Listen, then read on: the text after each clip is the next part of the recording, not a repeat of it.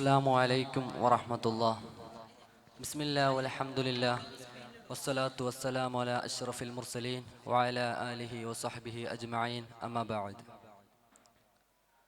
നമ്മുടെ ആരോഗ്യകരമായ ജീവിതത്തിന് സുപ്രധാനമായ ഒരു ഘടകമാണ് നമ്മുടെ ഭക്ഷണ രീതി എന്നുള്ളത്.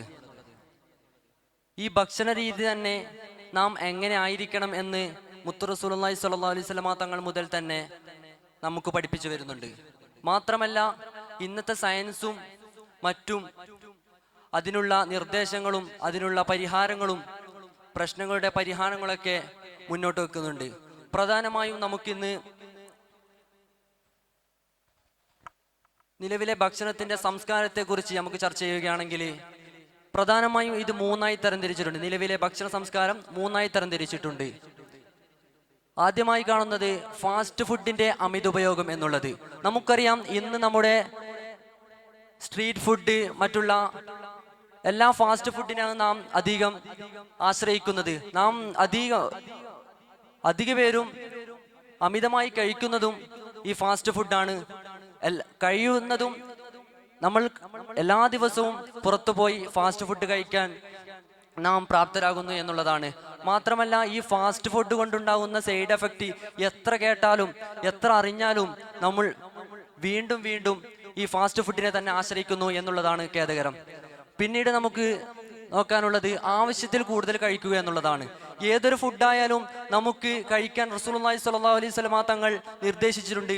നമ്മുടെ വയറിന്റെ 1/3 മാത്രം കഴിക്കുക എന്നുള്ളതാണ്.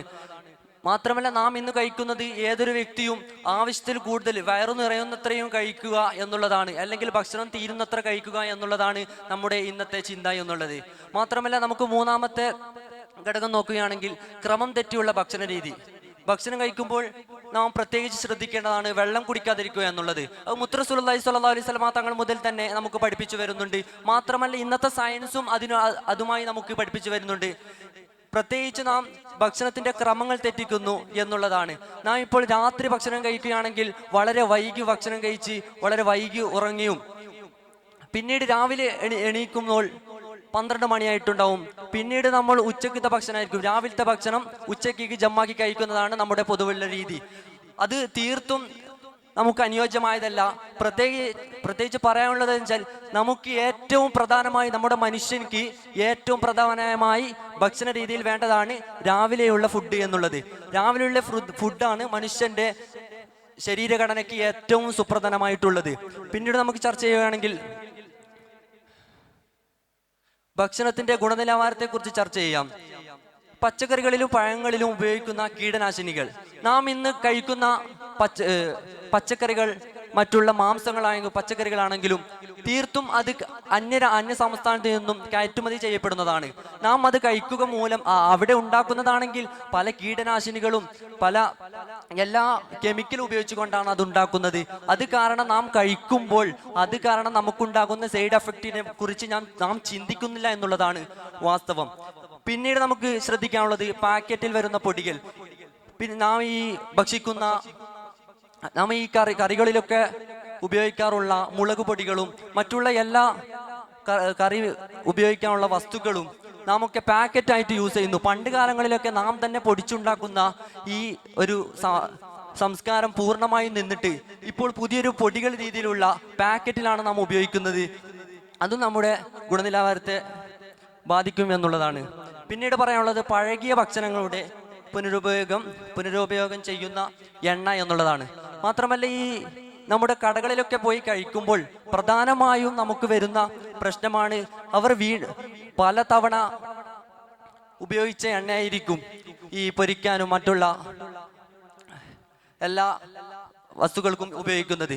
മാത്രമല്ല, നാം ഇപ്പോൾ വീട്ടിൽ ഭക്ഷിക്കുകയാണെങ്കിലും നമ്മുടെ ഫ്രിഡ്ജിൽ കയറ്റി 1-2 ദിവസം കൊണ്ട് മാത്രമല്ല ആഴ്ചകളോളം യൂസ് ചെയ്യുന്ന ഒരു പ്രവണതയാണ് നാം കണ്ടുവരുന്നത്. പിന്നീട് നമുക്ക് നോക്കാനുള്ളത് ഭക്ഷണത്തിന്റെ ഇത്തരം നമ്മുടെ ഭക്ഷണക്രമങ്ങൾ കൊണ്ടുള്ള പ്രശ്നങ്ങളാണ് നമ്മൾ നോക്കാനുള്ളത്. പ്രധാനമായും അമിത വണ്ണം, അതായത് പൊണ്ണത്തടി. ഈ പൊണ്ണത്തടി, അസിഡിറ്റി, കഠിനമായി നെഞ്ചിരിച്ചലുണ്ടാവും. പിന്നീട് നമ്മുടെ ലൈഫ് സ്റ്റൈൽ ഡിസീസ് ഉണ്ടാവും, ഡയബറ്റിസ്, കൊളസ്ട്രോള്, ഹാർട്ട് ഡിസീസ്. നമ്മുടെ ഹാർട്ട് അറ്റാക്കിനും ഇതൊക്കെ കാരണമാകും എന്നുള്ളതാണ്. ദഹനപ്രക്രിയ ശരിയായ രീതിയിൽ നടക്കാത്തത് കൊണ്ടാണ് നമ്മുടെ ഹാർട്ട് അറ്റാക്കിനൊക്കെ കാരണമാകുന്നത്. നാം വൈകി ഭക്ഷണം കഴിക്കുകയും രാത്രി പെട്ടെന്ന് തന്നെ കിടന്നുറങ്ങുകയും ചെയ്യുന്നത് കൊണ്ടാണ് അവിടെ ശരിയായ ദഹനപ്രക്രിയ നടക്കുന്നില്ല എന്നതുകൊണ്ടാണ് അമിതവണ്ണം കൂടാനും മറ്റുള്ള എല്ലാ കൊളസ്ട്രോളിനും എല്ലാ ശാരീരിക പ്രശ്നങ്ങൾക്കും കാരണമാകുന്നത്. പിന്നീട് നാം ശ്രദ്ധിക്കുകയാണെങ്കിൽ എല്ലുകൾ പൊടിഞ്ഞു പോകുന്നൊരവസ്ഥ. നമുക്കറിയാം, കോള, സോഡ പോലെയുള്ള ഈ ഡ്രിങ്ക്, നമ്മുടെ കടകളിലൊക്കെ കിട്ടുന്ന ഈ ഡ്രിങ്ക്സ് കഴിച്ചാൽ പ്രധാനമായും നമ്മുടെ എല്ലുകൾക്കുണ്ടാകുന്ന പ്രശ്നങ്ങളാണ്. പിന്നീട് നാം ശ്രദ്ധിക്കാനുള്ളത് ട്രാൻസ് പ്രൊഡക്ഷന്റെ വളർച്ച. എണ്ണയുടെ പുനരുപയോഗം, അതായത് നാം ഈ നേരത്തെ പറഞ്ഞതുപോലെ തന്നെ ഈ കടകളിലൊക്കെ കിട്ടുന്ന പലതവണ ഉപയോഗിച്ചു വരുന്ന ഈ എണ്ണകളുടെ പുനരുപയോഗം തന്നെയാണ് നമ്മുടെ ശരീരത്തിന് പ്രധാനമായും ബാധിക്കുന്നത്. അതുമൂലം ക്യാൻസർ പോലുള്ള വളരെ മാരകമായ രോഗങ്ങൾ വരാനും കാരണമാണ്.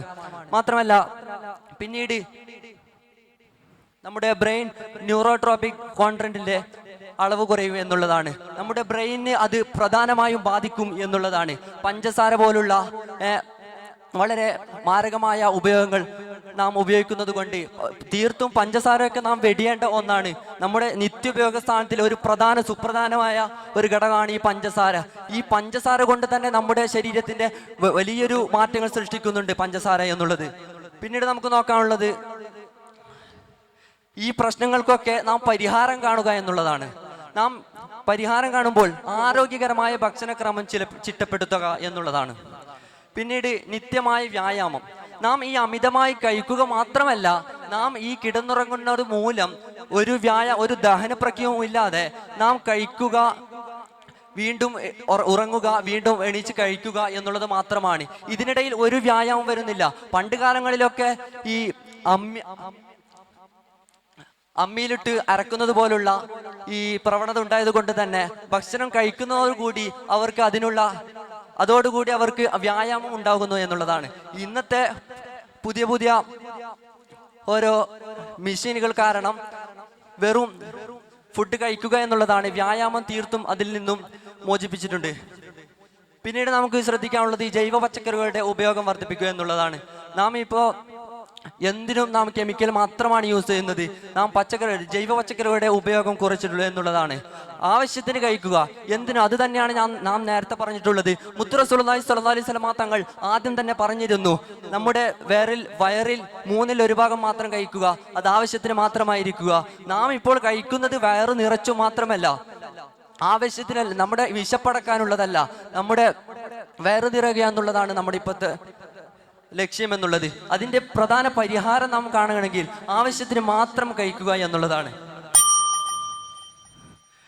ഇത്തരം ഭക്ഷണക്രമങ്ങൾ നാം ജീവിതത്തിൽ നിത്യോപയോഗത്തിന് നാം കൊണ്ടുവരണം. മാത്രമല്ല, മുത്ത് റസൂലുള്ളാഹി സ്വല്ലല്ലാഹി അലൈഹി വസല്ലം തങ്ങൾ പറഞ്ഞ ഈ പ്രധാനമായ ഈ ഭക്ഷണത്തിന്റെ ക്രമങ്ങളും ഈ സയൻസ് ഇപ്പോൾ കൊണ്ടുവന്ന ഈ പ്രശ്നത്തിന്റെ പരിഹാരങ്ങളൊക്കെ നാം പിന്തുടരും എന്നുകൊണ്ട് പറഞ്ഞുകൊണ്ട് ഞാൻ നിർത്തുന്നു. വാഹിർ ദവാൻ അൽഹംദുലില്ലാഹി റബ്ബിൽ ആലമീൻ. വസ്സലാമു അലൈക്കും വറഹ്മത്തുള്ളാഹി. പ്രധാന വേദിയിൽ ജനറൽ പവർ പോയിന്റ് പ്രസന്റേഷൻ മത്സരം അവസാനിച്ചാലുടൻ